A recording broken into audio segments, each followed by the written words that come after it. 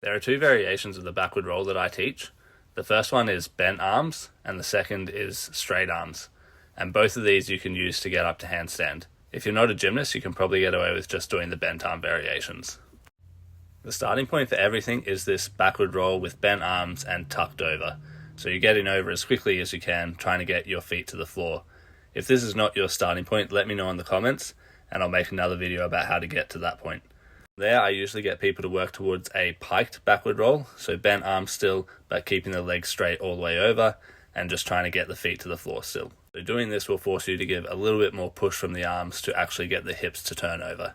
Once you can do that, we're going to start extending the hips, so trying to do a backward roll through to front support. So instead of pulling the feet straight to the ground, you're going to let your hips open towards a support position. As you get better, you're going to open the hips earlier and earlier, which will shoot your feet up higher and higher. Eventually, you'll be able to work this up to a handstand, and at the start, it will feel like you're opening super early into this backward roll. If you do open too early, it's fine, you're just going to forward roll back the way you came.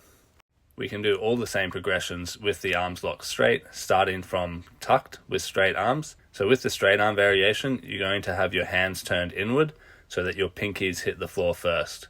If you want to avoid this issue that Jason had, my advice would be to try and look at your toes the entire time you're doing the backward roll.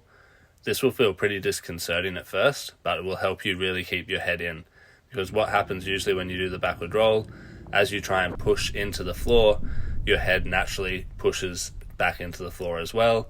And especially when you're going to handstand, you sort of naturally want to look at your hands because that's where you spend most of your handstand time.